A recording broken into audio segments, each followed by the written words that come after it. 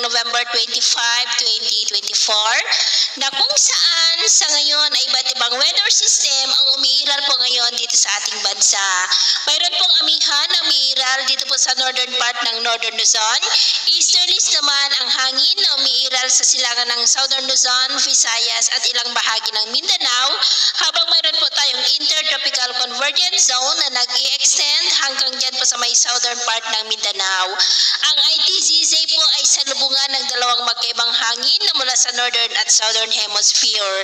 At mayroon din po tayong shear line na nag-i-extend naman dyan sa silangan ng Central Luzon.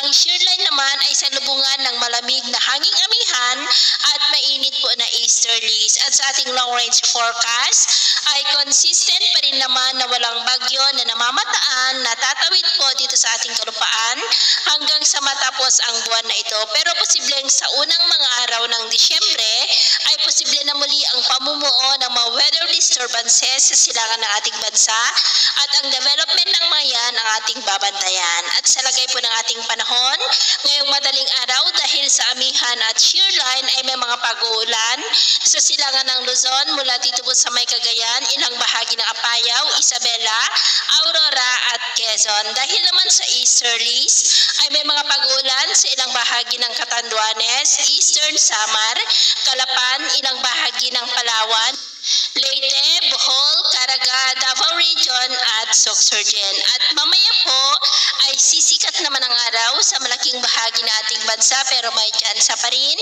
ng cloudy skies with isolated rain sa ilang bahagi ng Cagayan, Isabela, Aurora, Calapan, ilang bahagi ng Palawan, Catanduanes, Eastern Samar, Leyte, Bohol at silangan po ng Mindanao. At mamayang hapon, mas maraming lugar na ulit ang makakaranas ng mas maulap na kalangitan with isolated rains, kaya mag-ingat po tayo sa mga banta ng mga pagbaha at pagguho ng lupa. At sa atin naman pong mga baybayin, iwasan na po muna natin ang papalaot sa buong seaboard ng silangan ng ating bansa, maging sa seaboard po ng Batanes, Mabuyan Islands, Cagayan Seaboard at Ilocos Norte Seaboard.